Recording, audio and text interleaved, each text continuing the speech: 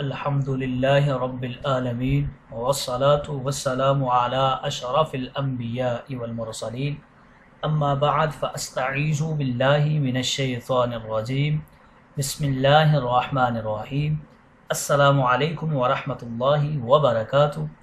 عزیز طلبہ کرام، امید کرتا ہوں احباب خیر سے ہوں گے۔ انشاءاللہ آج ہم مشکات المصابیح کے درس نمبر 11 میں کتاب الجہاد فصل ثانی سے احادیث نمبر 3819 سے لے کر 3823 تک پڑھنے کی سعادت حاصل کریں گے، جن میں احادیث مبارکہ کا ترجمہ ہوگا اور ساتھ ساتھ ان احادیث مقدسہ کی تشریح و توضیح کرنے کی سعادت حاصل کریں گے۔ تو آئیے طلبہ کرام بلا تاخیر بڑھتے ہیں اپنے آج کے درس کی طرف۔ بسم اللہ الرحمن الرحیم۔ جانے جانا نے ارشاد فرمایا، حضرت عمران بن حسین رضی اللہ تعالی عنہ آپ سے روایت ہے، وعن عمران بن حسین قال قال رسول اللہ صلی اللہ علیہ وسلم لا تزال طائفة من امتی یقاتلون علی الحق ظاہرین علی من ناباہم حتی یقاتل آخرهم المسیح الدجال، رواہ ابو داود۔ آئیے طلبہ کرام سب سے پہلے اس حدیث مبارکہ کا ترجمہ جان لیتے ہیں۔ حضرت عمران بن حسین رضی اللہ تعالی عنہ کہتے ہیں، رسول کریم نے ارشاد فرمایا، میری امت کی کوئی نہ کوئی جماعت ہمیشہ حق کی حمایت و حفاظت کے لیے برسر جنگ رہے گی، اور جو بھی شخص اس جماعت کے ساتھ دشمنی کرے گا وہ اس پر غالب رہے گی، یہاں تک کہ اس جماعت کے آخری لوگ مسیح دجال سے جنگ کریں گے۔ یہ ابو داود کی روایت ہے۔ گویا اس حدیث مبارکہ میں جہاد کی مدت کے حوالے سے بتایا گیا ہے کہ جہاد کب تک باقی رہے گا۔ فرمایا گیا کہ جہاد باقی رہے گا حتیٰ کہ مجاہدین دجال سے لڑیں گے۔ اس حدیث مبارکہ کی تشریح و توضیح میں شارحین حدیث کچھ یوں لکھتے ہیں، ظاہرین کی تشریح کرتے ہوئے لکھتے ہیں ای غالبین او معروفین مشہورین۔ ناباہم یہ عداوت اور دشمنی کے معنی میں ہے، یعنی ان سے جو عداوت رکھیں گے، یہ جو گروہ ہوگا مجاہدین کا، یہ ان پر غالب آ جائے گا۔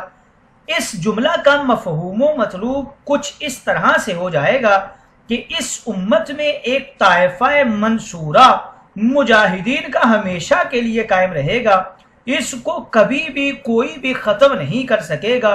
وہ کبھی بزور بازو دنیا پر غالب آئے گا اور کبھی صرف شہرت و معرفت کے اعتبار سے قائم رہے گا۔ حضرت ملا علی قاری نے لکھا ہے کہ مجاہدین کا یہ طائفہ کسی خاص خطہ کے ساتھ مخصوص نہیں ہوگا، بلکہ دنیا کے مختلف حصوں میں ہوگا، اور آخر میں حضرت مہدی اور حضرت عیسیٰ علیہ السلام کی صورت میں یہ طائفہ نمودار ہوگا۔ دجال مارا جائے گا اور بڑی جنگیں ہوں گی۔ قرب قیامت تک یہ طائفہ مومنین قائم و دائم رہے گا۔ آئیے طلبہ کرام اگلی حدیث مبارکہ کی طرف بڑھتے ہیں۔ حضرت ابی امامہ رضی اللہ تعالی عنہ سے یہ روایت ہے، وعن ابی امامہ عن النبی صلی اللہ علیہ وسلم قال من لم یغزو لم یجہز غازیا او یخلف غازیا فی اہلہ بخیر اصابہ اللہ بکارعات قبل یوم القیامہ، رواہ ابو داود۔ حضرت ابو امامہ رضی اللہ تعالی عنہ بیان کرتے ہیں، نبی کریم نے ارشاد فرمایا، جس شخص نے نہ تو خود جہاد کیا اور نہ کسی مجاہد کا سامان درست کیا اور نہ کسی غازی کے اہل و عیال کے حق میں بلائی کے ساتھ اس کا نائب بنا، تو اللہ رب العزت اس کو قیامت کے دن سے پہلے کسی سخت مصیبت میں مبتلا فرما دے گا۔ یہ روایت ابو داود شریف کی ہے۔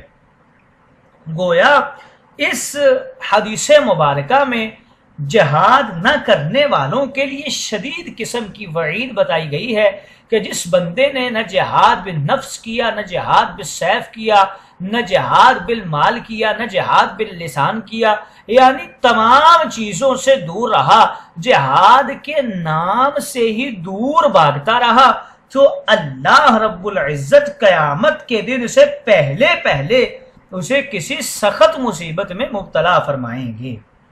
اگلی حدیث مبارکہ کی طرف بڑھتے ہیں۔ حضرت انس رضی اللہ تعالی عنہ سے روایت ہے، جانے جانا نے ارشاد فرمایا، وعن انس عن النبی صلی اللہ علیہ وسلم قال جاہد المشرکین باموالکم وانفسکم والسنتکم، رواہ ابو داود والنسائی والدارمی۔ حضرت انس نبی کریم سے نقل کرتے ہیں، جانے جانا نے ارشاد فرمایا، مشرکین یعنی دشمنان اسلام سے تم اپنی جان، اپنے مال اور اپنے زبان کے ذریعے جہاد کرو۔ گویا اس حدیث مبارکہ میں جہاد کی 3 قسموں کو ذکر کیا گیا کہ تم کس طرح مشرکین کے خلاف جہاد کر سکتے ہو، اپنے مال کے ساتھ بھی جہاد کر سکتے ہو، اپنے نفوس کے ساتھ بھی جہاد کر سکتے ہو، اور اپنی زبانوں کے ساتھ بھی جہاد کر سکتے ہو۔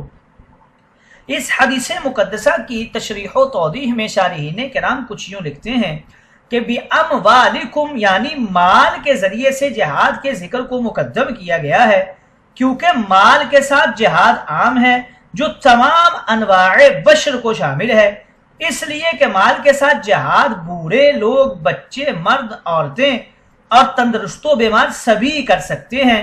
نیز مال کے بغیر ایک مجاہد میدان جہاد تک بھی نہیں پہنچ سکتا اور لڑ بھی نہیں سکتا، کیونکہ کرایہ، خرچہ، اسلحہ جب تک نہیں ہوگا تو جہاد کیسے ہوگا۔ یہاں یہ بات بھی سمجھنی ضروری ہے کہ جہاد بالمال وہ ہوتا ہے کہ کسی کا مال جہاد کے میدان میں لگ جائے۔ کسی کو صدقہ یا خیرات کرنا اچھا اور نیک کام ہو سکتا ہے، مگر اس کو جہاد کا فائدہ نہیں کہا جا سکتا، اور یہ جہاد بالمال کے معنی میں بھی نہیں آتا۔ اسی طرح دوسری قسم بیان کی بِأَنفُسِكُمْ یعنی اپنی جانوں کے ذریعے جہاد کرو۔ جان کے ذریعے جہاد یہ ہے کہ کسی کی جان جہاد کے میدان میں کام آ جائے اور جہاد کو اس سے فائدہ پہنچ جائے۔ صرف گھر میں محنت و عبادت کو جہاد بالنفس نہیں کہا جا سکتا۔ اسی طرح تیسری جگہ ارشاد فرمایا جہاد باللسان، کہ جہاد باللسان وہ ہوتا ہے کہ کسی کی تقریر و تحریر اور ترغیب و ترہیب سے جہاد کے میدان کو فائدہ پہنچے۔ صرف پگڑی سے متعلق گھنٹوں گھنٹوں تقریر کرنے کو جہاد نہیں کہہ سکتے۔ زبان سے جہاد یہ بھی ہے کہ اس کے فضائل اور مسائل بیان کیے جائیں اور ہر وقت مجاہدین کے لیے دعائیں کریں۔ زبان سے جہاد یہ بھی ہے کہ دشمن پر رعب ڈالا جائے، اس کو سخت جملے کہے جائیں اور جہاد سے متعلق اشعار گائے جائیں اور ترغیب کے لیے نظمیں کہی جائیں۔